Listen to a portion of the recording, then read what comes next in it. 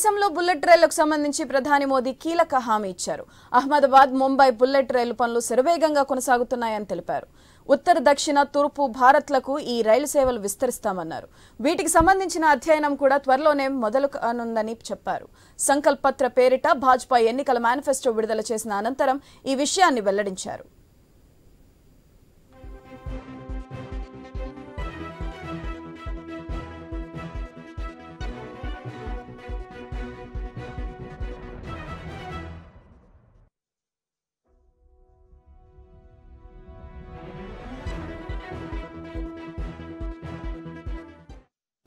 వందే భారత్ రైలు సర్వీసులను దేశంలోని ప్రతి మూలకు విస్తరిస్తామని ప్రధాని మోదీ వెల్లడించారు.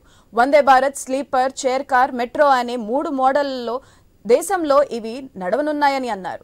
వందే భారత్ సేవలు తొలిసారి ఫిబ్రవరి 2019లో ప్రారంభం కాగా ఇప్పటి వరకు 51 రైళ్లు దేశవ్యాప్తంగా పరుగులు తీస్తున్నాయి. ఇక ముంబై, అహ్మదాబాద్ మధ్య 1.08 లక్షల కోట్లతో బుల్లెట్ రైలు ప్రాజెక్టును చేపట్టనున్నారు. National high speed rail corporation limited దీన్ని నిర్మిస్తుంది.